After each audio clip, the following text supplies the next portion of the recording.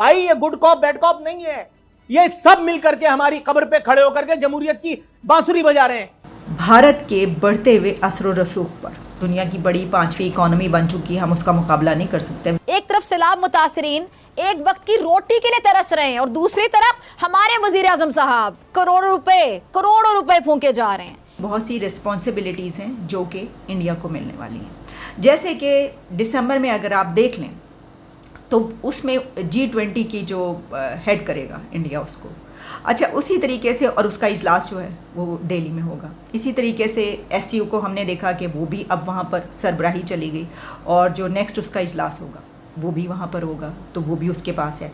इसी तरीके से दिसंबर में कहा जा रहा है कि यूनाइटेड नेशंस की जो सलामती कौंसिल की प्रेसिडेंसी है वो भी इंडिया को मिलने वाली। शहबाज शरीफ साहब अपने वुज़रा के साथ गैर मुल्की दौरों में मसरूफ हैं। कितनी बेहिस्सी है ना ये, फिर बातें करते हैं बड़ी बड़ी। G7 में जो है वो भी शामिल होने की बात की जा रही है भारत के, और अगर ऐसा हुआ तो ये भी कहा गया है कि ये ग्रुप जो है वो G8 बन जाएगा। जो SCO में के अलावा ये भी हमें पता है कि हम इस पे बात भी कर चुके हैं कि दुनिया की 5वीं बड़ी इकोनॉमी बनकर सामने आ चुका है और UK को बीट कर चुका है। फिर ये भी कि वहाँ का जो एक वहीं का बंदा है कि जो दुनिया का दूसरे नंबर का अमीर तरीन आदमी भी बन चुका है। ये सब अपनी जगह पर। अच्छा, फिर आप ये देखिए कि अगर जब आप इस तरह की आपको रिस्पॉन्सिबिलिटीज़ मिलती हैं और आपके कंधों पर ये आते कि अब आपने ये फ़राइज़ अंजाम देने, तो इससे मज़ीद भी अपॉर्चुनिटीज़ निकल आती हैं। अब देखें ना, जब हम ये बात करते हैं G20 की इस तरीके से, तो उसमें दुनिया के 20 ताकतवर तरीन ममालिक हैं। वो सिर्फ नाम नहीं है, उसमें दुनिया की 20 बहुत इन्फ्लुएंशियल कंट्रीज़ हैं। तो वो फिर आप जो हैं जब उसकी वो कर रहे होते हैं तो आपके पास एक बहुत बड़ा ये मार्जिन होता है, आप उस पर कुछ भी जो है वो अपनी बात मनवाते हैं, कर सकते हैं। सिफारतकारी का जो मैदान है वो आपके पास खुला पड़ा होता है, आप जो करना चाहें उसमें, अगर आप अच्छे आपके पास है टीम तो आप कर सकते हैं। और जो कि है, ये तो सब मानते हैं ना कि जो सिफारतकारी की टीम इंडिया के पास है तो वो तो कमाल की है, वो किस तरीके से अपनी बात को आगे लेकर जाते हैं और मनवाते हैं। और जब हम G20 की बात करते हैं तो उसमें इंडिया की तरफ से कुछ कंट्रीज़ को इन्विटेशंस भेजे गए हैं, उनको इनवाइट किया गया, जिसमें कि G20 के इजलास में बांग्लादेश, इजिप्ट, मॉरिशियस, फिर नाइजीरिया, अमान, सिंगापुर, UAE, स्पेन, नीदरलैंड्स, ये तमाम कंट्रीज़ ऐसे हैं कि जिनको मेहमान के तौर पर जो है इंडिया ने मदऊ किया। तो देखें, ये देखें ना, मतलब बढ़ता चला जा रहा है ना दायरा, आपकी जो लिमिटेशंस हैं वो फिर ख़त्म होती चली जा रही हैं। आप एक तरफ तो वो 20 कंट्रीज़, उसके अलावा फिर आप जिनको इनवाइट कर रहे हैं वो भी, उनसे भी आपके ताल्लुकात बढ़ते चले जा रहे हैं। जिस तरह क्वाड की हम बात करते हैं, हम और इस तरह के ग्रुप्स की बात करते हैं जिसमें कि पाकिस्तान शामिल नहीं है लेकिन भारत जो है वो शामिल है।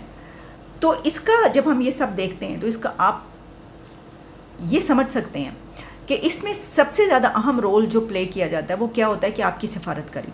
अच्छा, अब मैं आपको इसमें ये कहना चाहूँगी कि मेरा तज्जिया ये है कि देखें, हम ये बात अपनी जगह पर कि इस वक्त जो हमारी सिचुएशन है सैलाब की और फ्लड्स की वजह से, तो हम ये तो नहीं कह सकते कि हाँ हम जो हैं वो ये सब हमें भी करना चाहिए, हम क्यों हैं और इस तरह। इस वक्त तो हम नहीं कर सकते भाई, नहीं कर सकते तो नहीं कर सकते, इसमें कुछ नहीं हो सकता। और फिर ये जो बात की जाती है भाई गरीब मुल्क है तो क्या करें, छोटा मुल्क है तो क्या करें, मैं कहती हूँ सब ना करें, लेकिन हम ये तो कर सकते हैं कि हम अपनी सिफारतकारी बेहतर करें। हमने आज तक, हमारे पास जो बड़ा एक फेलियर कहा जाता है वो ये बात की जाती है ना हमेशा से, सभी देख लें कि वो ये बात कि जी हमारा जो फॉरेन पॉलिसी है वो कितना बड़ा फेलियर है। या पिछले साल उठा के देख लीजिए, 4-5 साल, उससे पहले भी कई मरतबा ऐसा हुआ कि कहा गया कि देखें हमारी फॉरेन पॉलिसी जो है हम वो नहीं कर पाते कि जो दूसरे लोग वहाँ पर जाके कर लेते हैं। हमारी जो लॉबिंग है वो सही नहीं है, हमारे पास तो लॉबिस्ट नहीं। हम ये तो ठीक कर सकते हैं, हम इन चीज़ों को तो ठीक कर सकते हैं, हमारे पास पैसा नहीं है, हम वो काम नहीं कर सकते जो दूसरे करें, लेकिन हम ये तो कर सकते हैं कि हम अपनी सिफारतकारी बेहतर करें। हम अपने जो जिन कंट्रीज़ से हमारी दुश्मनी नहीं भी होनी चाहिए या हमारे ताल्लुकात ख़राब नहीं भी होने चाहिए, उनके साथ भी हम अपने ताल्लुकात ख़राब कर लेते हैं, हमारे रिलेशंस उनके साथ भी अच्छे नहीं रहते। तो हमें कम से कम हम ये कर सकते हैं कि हम अपने रिलेशंस अच्छे बनाना शुरू कर दें। हम जो कंट्रीज़ हैं उनके साथ अपने ऐसे ताल्लुकात बना लें कि जब हम उनको कुछ कहें तो वो हमारी बात सुने, माने ना, कम से कम सुने ज़रूर। अच्छा, ये बात अलग जगह पे कि इस वक्त ये सिचुएशन है, हम जहाँ भी जिस कंट्री से भी बात करते हैं तो वहाँ पे वो ये कहते हैं कि अच्छा हमें इनसे क्या फ़ायदा होगा, इनको तो हमसे हो रहा है, हम पैसा भी दे रहे हैं, ये कर्ज भी दे रहे हैं, सब हो रहा है, लेकिन हमें तो इनसे कोई फ़ायदा नहीं। वो हैं 2-3 फ़ायदे ऐसे कि जो हमेशा से क्लीशेज कहे जाते हैं कि जी ये बरादराना ताल्लुकात, मुस्लिम उम्मा, ये सब कुछ, लेकिन अब वो सब कुछ नहीं रहा। ہر کنٹری جو ہے اب وہ بدل چکا ہے، وہ اپنے مفادات دیکھتا ہے، وہ اپنے انٹرسٹ دیکھتا ہے. ہمارے ساتھ جو کنٹریز ہیں وہ بھی یہی دیکھتی ہیں.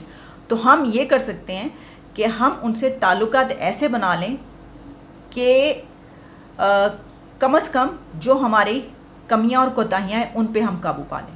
تو یہ الگ بات ہے کہ جی ظاہر ہے کہ جو دنیا کی بڑی 5ویں اکانومی بن چکی ہے ہم اس کا مقابلہ نہیں کر سکتے. ویسے تو بات یہ ہے کہ ہم کیوں نہیں کیا ہم نے، سوال تو یہ بھی ہے. اچھا پھر میں یہ بھی دیکھ رہی تھی، خبر آ رہی تھی، اور وہ خبر یہ کہ جناب جو پاکستان ہے اس نے بنگلہ دیش کی طرف سے جو ایڈ سپورٹ کی آفر کی گئی تھی وہ اس نے ڈکلائن کر دی، اس کو ریجیکٹ کر دیا. اب اس کی کچھ جو ہے وہ ڈیٹیلز ایسی ہے جس میں بتایا گیا ہے کہ جیسے کہ جو بنگلہ دیش ہے اس کی طرف سے کوئی 14 ملین ٹکا اس کی آفر کی گئی تھی کہ بھئی فلڈز کی وجہ سے پوری دنیا دے رہی ہے تو ہم بھی آپ کو دے رہے ہیں.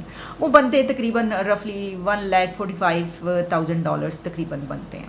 لیکن اس میں اچھا یہ بھی کہا گیا کہ جو 10 ٹنز آف بسکٹس ہیں، پھر 10 ٹنز آف ڈرائی کیکس ہیں، پھر 100,000 واٹر پیوریفیکیشن ٹیبلٹس ہیں، میڈیسنز ہیں، کچھ بلینکٹس ہیں اور ٹینٹس ہیں، یہ سب کچھ ہے.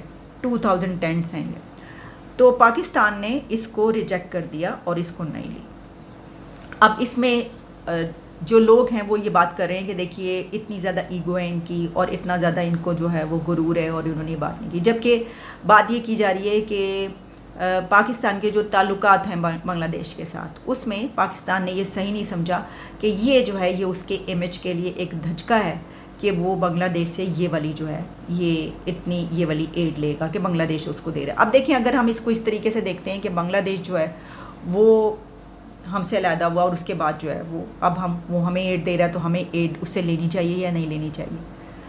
تو ہم یہ نہیں دیکھ رہے ہیں کہ وہ ہم سے کتنا آگے نکل گیا، ہم یہ نہیں دیکھ رہے کہ اس کی اکانومی ہم سے کتنی بہتر ہو گئی. ہمیں تو پھر یہ بھی دیکھنا چاہیے. اور ایڈ لینا نہ لینا الگ بات، یعنی آپ نہیں لے رہے یا آپ لے رہے ہیں وہ ایک الگ چیز ہے. آپ کے پاس پوری دنیا سے ایڈ آ گئی، پوری دنیا اتنا پیسہ دے رہی ہے، اتنا سب کچھ دے رہی ہے، تو آپ کہیں کہ اب ہمیں لینے کی کیا ضرورت ہے ان سے.